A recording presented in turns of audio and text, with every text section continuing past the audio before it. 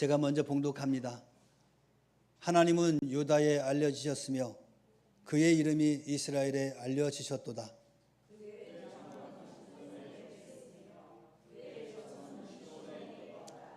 거기에서 그가 화살과 방패와 칼과 전쟁을 없이 하셨도다.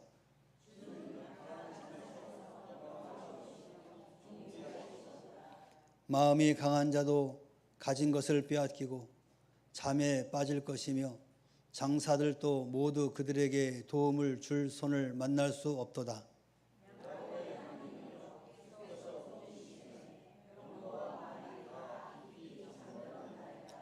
주께서는 경외받을 이시니 주께서 한번 노하실 때 누가 주의 목전에 서리이까?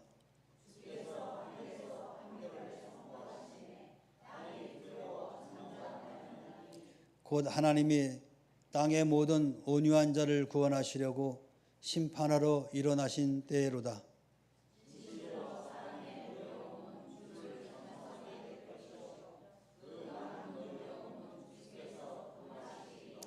너희는 여호와 너희 하나님께서 서원하고 갚으라. 사방에 있는 모든 사람도 마땅히 경외할 이에게 예물을 드릴지로다.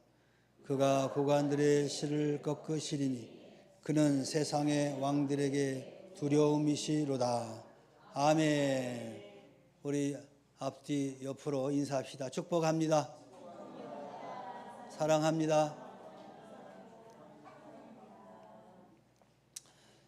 지난주 우리는 하나님의 공의와 성도의 신뢰라는 주제로 말씀을 전했습니다. 하나님께서 의로우신 재판장이시며 우리는 그분의 공의를 신뢰하며 살아야 한다라고 말씀을 드렸습니다. 하나님의 공의는 단순히 죄를 심판하는 데 그치지 않고 우리를 보호하고 구원하는 은혜로 나타난다라는 사실도 확인했습니다. 오늘은 그 흐름을 이어서 시편 76편을 통해서 하나님의 권능을 찬양하라라는 말씀으로 시작하여 교만한 자를 낮추시고 겸손한 자를 구원하시는 하나님의 성품을 함께 묵상하려 합니다. 하나님은 숨어 계신 분이 아니라 자기 백성 가운데 알려지시고 경험되시는 분이며 이 예배를 통해서 그 권능을 드러내십니다. 그러므로 우리의 예배는 형식이 아니라 살아계신 하나님을 만나는 자리임을 다시금 깨닫게 될 것입니다. 먼저 하나님의 권능을 찬양하라 그랬습니다. 시편 76편 1절에서 3절은 이렇게 선포합니다. 하나님은 유다에 알려지셨으며 그의 이름이 이스라엘에 알려지셨도다 그랬습니다. 이 표현은 하나님께서 단순히 한 민족의 신으로 머무르지 않고 유다와 이스라엘 가운데 자신의 권능과 영광을 드러내셨다라는 의미인 거죠. 하나님은 숨어 계신 분이 아니라 자기 백성 가운데 알려지시고 경험되시는 분이십니다. 이는 오늘날 교회가 예배를 통해 하나님의 이름을 선포하고 하나님의 권능을 드러내야 한다라는 것을 우리에게 보여주고 있습니다. 뿐만 아니라 그의 장막은 살렘에 있으며 그의 처소는 시온에 있도다 그랬습니다. 살렘은 예루살렘을 가리키는 것이고 시온은 하나님의 임재가 머무는 성소를 의미하는 것입니다. 하나님은 특정한 장소에만 머무시는 분이 아니라 자기 백성 가운데 거하시며 그들과 함께 하시는 분이라는 것을 말씀하고 있는 겁니다. 이것은 하나님께서 단순히 하늘에만 계신 분이 아니라 성도 여러분의 삶 속에 임재하시며 함께 하신다는 사실을 보여주고 있는 말씀입니다. 거기에서 그가 화살과 방패와 칼과 전쟁을 없이 하셨다 그랬습니다. 하나님께서 전쟁의 무기를 꺾으시고 자기 백성을 보호하신다는 의미죠. 인간의 힘과 무기는 한계가 있지만 하나님의 권능은 모든 전쟁과 갈등을 종식시키는 능력입니다. 하나님은 단순히 전쟁을 막으시는 분이 아니라 궁극적으로 평화를 이루시는 분인 겁니다. 오늘 이 말씀에서 우리에게 예배의 본질을 분명하게 보여주고 있습니다. 하나님은 유다와 이스라엘 가운데 알려주셨고 그의 처소는 시온에 있으며 그곳에서 전쟁의 무게를 꺾으셨고 이것은 하나님께서 자기 백성 가운데 임재하셔서 권능을 나타내셨다라는 선언이기도 합니다. 그래서 예배는 단순히 모여서 노래하고 기도하는 형식이 아니라는 겁니다. 예배는 살아계신 하나님을 경험하고 하나님의 권능을 선포하며 하나님의 임재를 경험하는 자리라는 것입니다.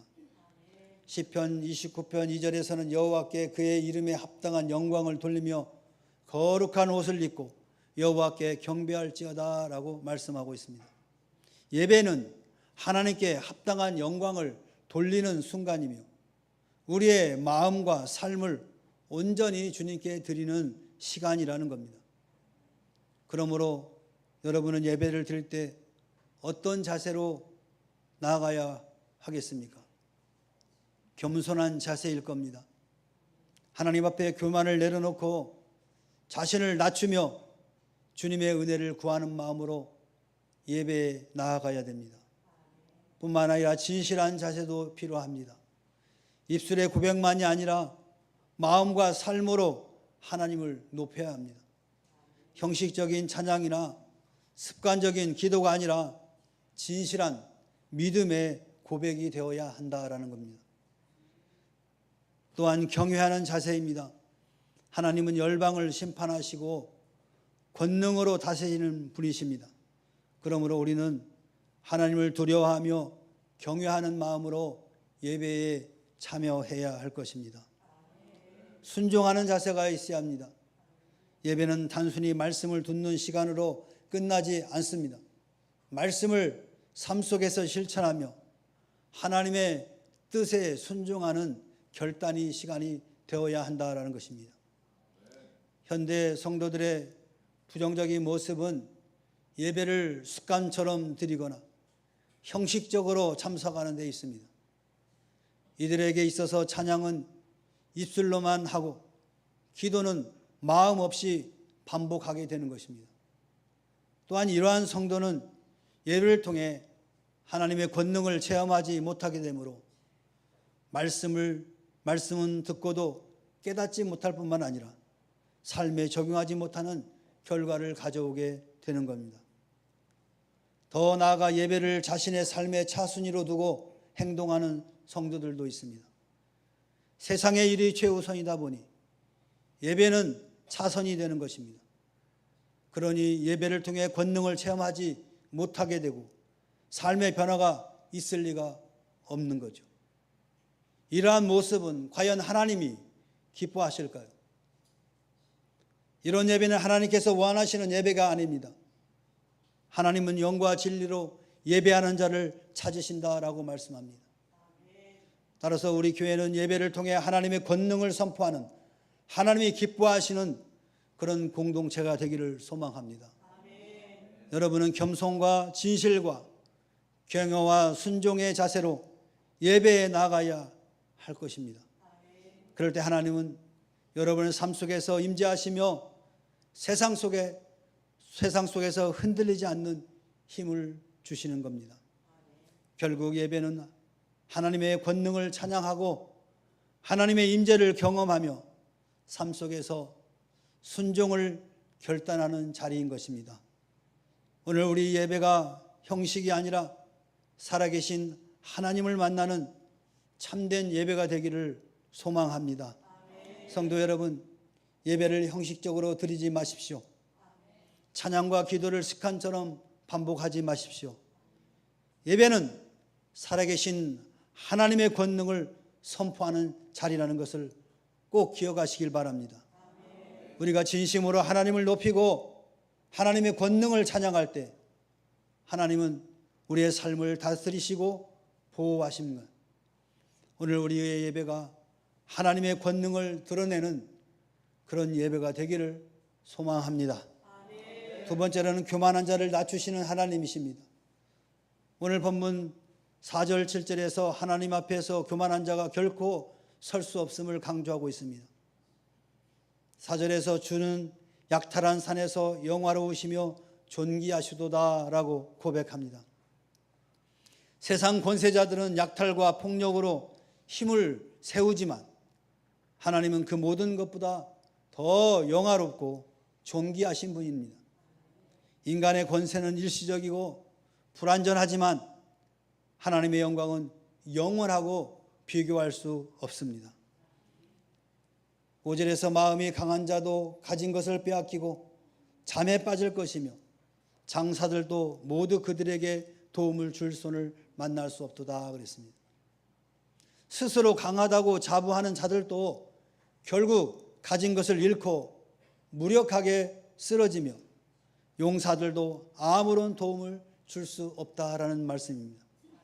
이는 인간의 힘과 군사력이 하나님의 심판 앞에서 아무 의미가 없다라는 것입니다. 6절에서는 야곱의 하나님이여 주께서 꾸짖으심에 병거와 말이 다 깊이 잠들었나이다 라고 말합니다. 하나님께서 꾸짖으실 때 인간의 의지하는 전쟁의 도구인 병거와 말이 무력해져서 잘 잠들었다라고 표현하고 있는 겁니다. 이것은 하나님께서 한 말씀으로도 인간의 권세와 무기를 무너뜨리실 수 있음을 보여주고 있는 말씀입니다. 출애굽기 15장 3절에서 여호와는 용사시니 여호와는 그의 이름이시로다 그랬습니다. 말씀한 것처럼 하나님은 자기 백성을 위해서 싸우시는 분이십니다. 7절에서는 주께서는 경외받을 이시니 주께서 한번 노하실 때 누가 주의 목전에 서리까 그랬습니다. 하나님은 경외받으실 분이시며 하나님의 진노 앞에서는 아무도 설 수 없다라는 말씀입니다.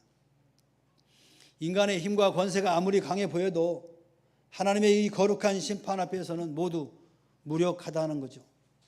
하나님은 단순히 유다와 이스라엘의 하나님이 아니라 열방을 다스리시는 주권자이십니다. 하나님의 진노는 불의와 교만을 꺾고 그 앞에 모든 권세와 인간의 자랑은 사라지게 되는 것입니다. 성경은 일관되게 이 진리를 증거하고 있습니다. 나홈서 1장 6절에서는 그의 분노 앞에 누가 서며 그의 진노를 누가 감당하랴. 히브리서 10장 31절에는 살아계신 하나님이 손에 빠져 들어가는 것이 무서운 일이라고 경고하고 있습니다. 이것은 하나님의 진도가 단순한 감정이 아니라 거룩한 공의의 발현임을 우리에게 보여주고 있는 것입니다. 인간의 교만과 권세는 그 앞에서 무너지고 오직 겸손히 하나님을 의지하는 자만이 하나님의 은혜와 구원을 경험할 수가 있는 것입니다. 결국 이 본문에서 하나님의 권능 앞에서 교만은 무너지고 겸손한 자의 구원이 드러난다라는 말씀입니다.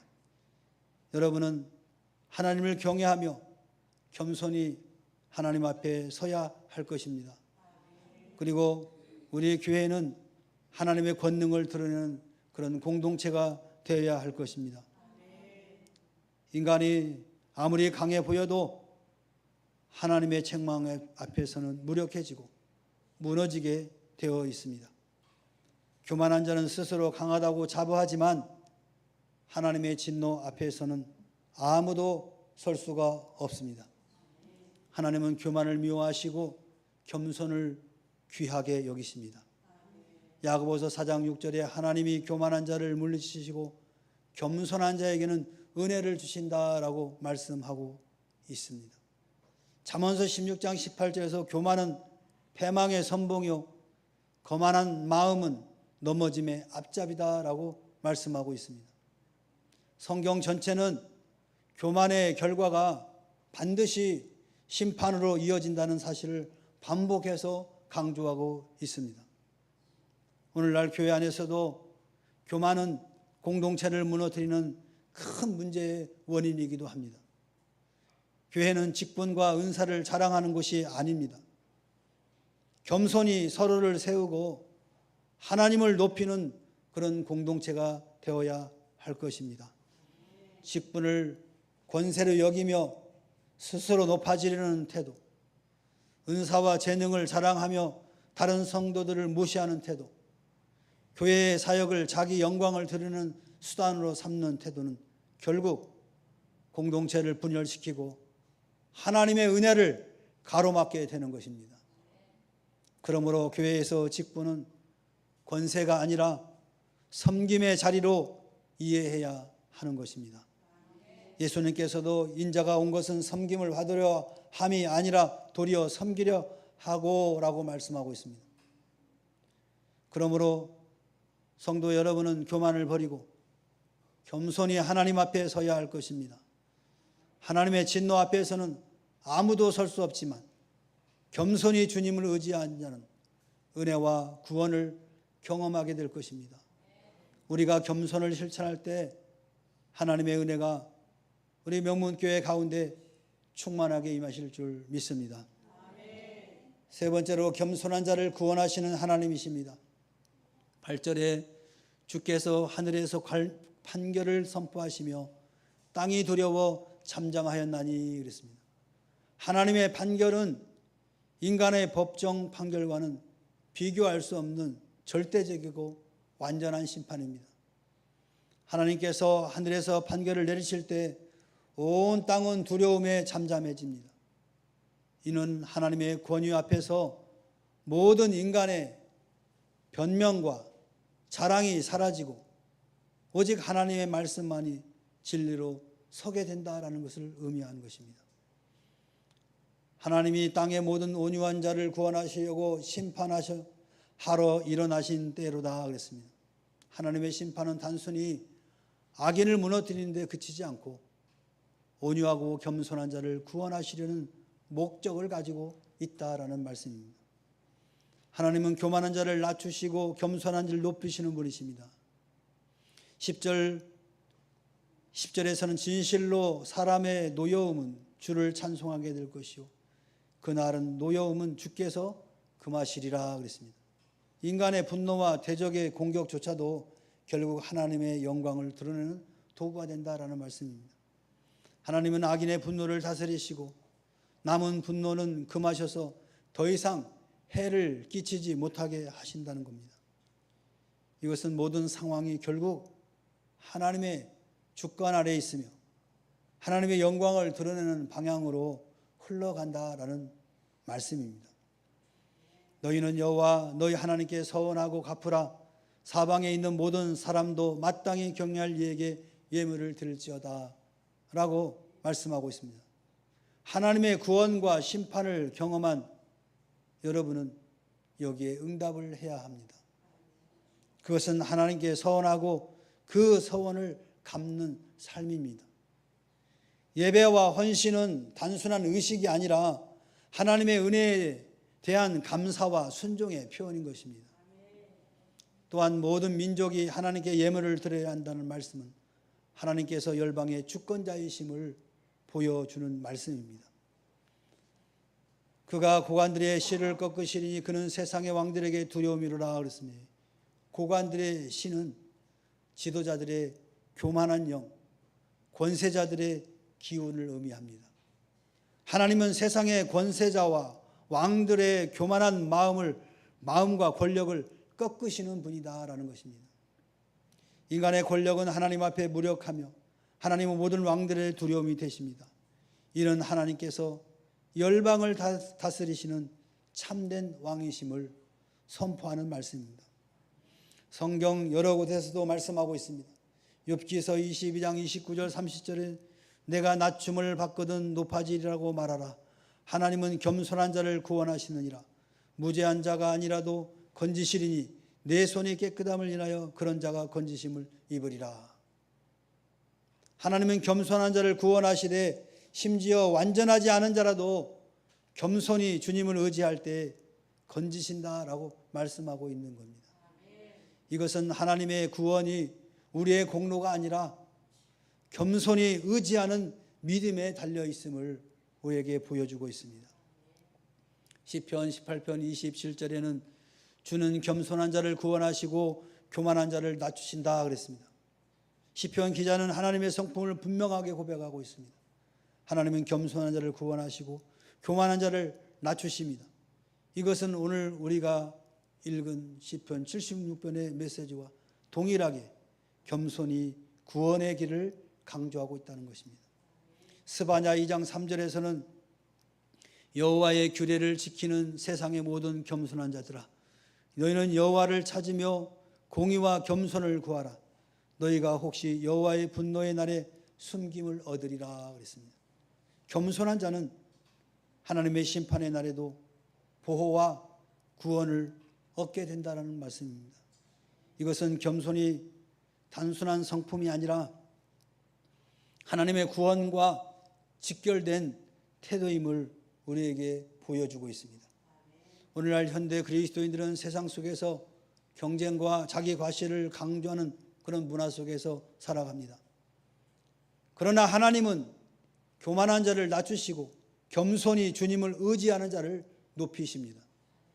성도 여러분, 어떤 이들은 세상 속에서 겸손하게 살아가려자 오히려 불이익을 당하기도 합니다.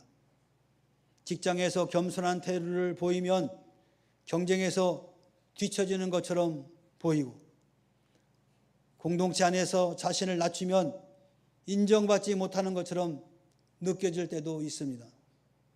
그러나 성경은 분명하게 말씀하십니다. 겸손한 자를 들어서 하나님은 크게 쓰신다고 말씀하고 있습니다. 베드로전서 5장 6절은 하나님의 능하신 손 아래에서 겸손하라, 때가 되면 너희를 높이시리라 라고 말씀하고 있습니다.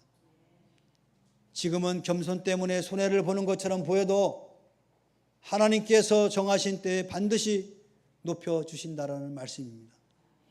마태복음 23장 12절에서도 예수님은 무릇 자기를 높이는 자는 낮아지고 자기를 낮추는 자는 높아지리라 라고 말씀하셨습니다. 세상은 교만한 자를 높이는 것처럼 보이지만 결국 하나님께서 겸손한 자를 높이신다는 것입니다. 시편 34편 14절에서는 여호와는 마음이 상한 자에게 가까이 하시고 중심으로 통회하는 자를 구원하신다라고 말씀하고 있습니다. 겸손으로 인해 억울한 일을 당하거나 마음이 상할 때 하나님은 오히려 그들에게 가까이 하시며 구원의 은혜를 베푸시는 것입니다. 겸손은 세상 기준으로는 손해처럼 보일 수 있습니다. 하지만 하나님의 기준에서는 구원의 길이며 은혜의 통로라는 것입니다. 세상에서 불이익을 당할 때 낙심하지 마시기 바랍니다. 하나님은 그 겸손을 기억하시고 때가 되면 반드시 높여주시는 겁니다. 직장에서나 교회 공동체 안에서 겸손히 섬길 때 하나님은 그 삶을 통해 구원의 은혜를 드러내십니다. 억울한 상황 속에서도 복수하지 않고 하나님의 심판에 맡길 때 하나님은 겸손한 자를 구원하시고 정의를 이루십니다. 또한 예배와 헌신으로 하나님께 응답하는 삶은 겸손한 자의 가장 분명한 모습이라고 할 수 있을 것입니다. 오늘 여러분 삶 속에서 겸손은 단순한 성품이 아니라 하나님을 신뢰하는 믿음의 표현이라는 것. 세상은 교만을 통해 성공을 얻으려 하지만 여러분은 겸손을 통해서 하나님의 은혜와 구원을 경험하시기를 바랍니다. 그리고 여러분은 불이익을 두려워하지 마시고 겸손히 하나님 앞에 굳건히 서시기를 바랍니다. 성도 여러분, 겸손은 약함이 아니라 하나님의 능력을 경험하는 길이라는 것 꼭 기억하시기 바랍니다. 세상은 교만한 자를 높이는 것처럼 보이지만 결국 무너지게 되는 것입니다. 겸손히 하나님을 의지하는 자는 구원을 얻고 그 삶은 하나님의 영광을 드러냅니다. 그러므로 우리는 겸손과 온유의 삶을 통해서 하나님의 은혜를 붙들고 하나님의 구원을 경험하시기를 간절히 소망합니다. 오늘 말씀은 세 가지 진리로 선포됩니다. 첫째는 하나님은 자기 백성 가운데 임재하시며 권능을 나타내시는 분이시기에 우리는 하나님을 찬양해야 합니다. 두 번째로는 교만한 자는 하나님의 진노 앞에 설 수 없고 반드시 낮아진다는 것입니다. 세 번째는 겸손한 자는 하나님의 구원을 경험하며 높임을 받게 된다라는 말씀입니다. 사랑하는 성도 여러분, 세상은 교만을 통해 성공을 얻으려 하지만 결국 무너지게 됩니다. 그러나 겸손은 약함이 아니라 하나님의 능력을 경험하는 길이라는 것을 기억하시기 바랍니다. 지금은 겸손 때문에 손해보는 것처럼 보여도 하나님께서 반드시 정하신 때에 반드시 높여주실 것입니다. 그러므로 우리는 예배와 삶 속에서 겸손과 온유를 붙들고 열방을 다스리시는 하나님의 권능을 찬양하며 하나님의 은혜를 신뢰해야 될 것입니다. 오늘 우리의 예배와 삶이 열방을 다스리는 하나님을 높이고 하나님의 권능을 드리는 참된 증거가 되기를 주님의 이름으로 축원합니다. 축원합니다. 기도하시겠습니다. 사랑의 하나님 아버지, 오늘 말씀을 통해서 교만한 자를 낮추시고 겸손한 자를 구원하시는 주님의 은혜를 깨닫게 하시니 감사합니다. 우리의 삶 속에서 교만을 버리고 겸손히 주님 앞에 서게 하시며 예배를 통해서 하나님의 권능을 찬양하게 하옵소서.